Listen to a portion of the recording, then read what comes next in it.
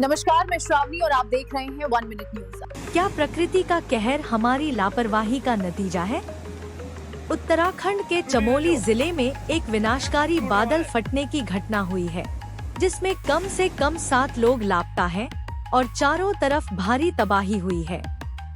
यह घटना बुधवार रात को नंदनगर घाट क्षेत्र में हुई, जहां 6 घर मिट्टी और मलबे के नीचे दब गए। राज्य आपदा प्रतिक्रिया बल SDRF और स्थानीय प्रशासन ने बड़े पैमाने पर खोज और बचाव अभियान शुरू किया है, लेकिन लगातार हो रही भारी बारिश उनके प्रयासों में बाधा डाल रही है। यह त्रासदी देहरादून में इसी तरह के बादल फटने के कुछ ही दिनों बाद हुई है, जिसमें कई लोगों की जान गई थी। हमारी संवेदनाएं लापता लोगों के परिवारों के साथ हैं। अब तक आपने देखा 1 मिनट का संक्षिप्त सारांश। विस्तृत जानकारी के लिए कृपया ये रिपोर्ट आगे देखें। आइए इस खबर का विस्तार से विश्लेषण करें। उत्तराखंड के चमोली जिले में हाल ही में बादल फटने की घटना हिमालय के नाजुक पारिस्थितिकी तंत्र और अत्यधिक मौसम की घटनाओं की बढ़ती आवृत्ति की एक कठोर याद दिलाती है।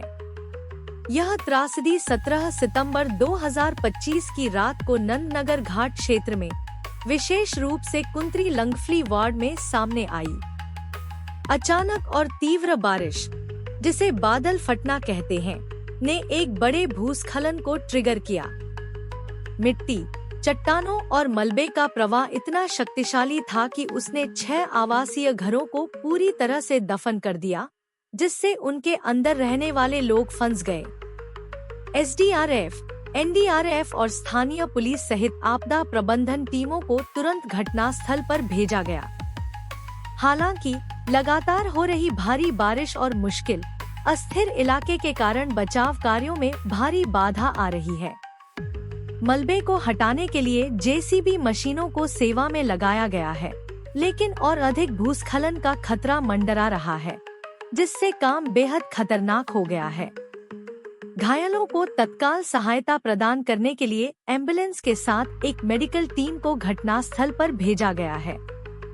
यह घटना कोई अकेली नहीं है। कुछ ही दिन पहले 15 सितंबर 2025 को इसी तरह का और समान रूप से विनाशकारी बादल फटने की घटना देहरादून के सहस्त्रधारा क्षेत्र में हुई थी, जिसके परिणामस्वरूप कम से कम 13 लोगों की जान चली गई थी और सड़कों, दुकानों और पुलों सहित बुनियादी ढांचे को भारी नुकसान हुआ था।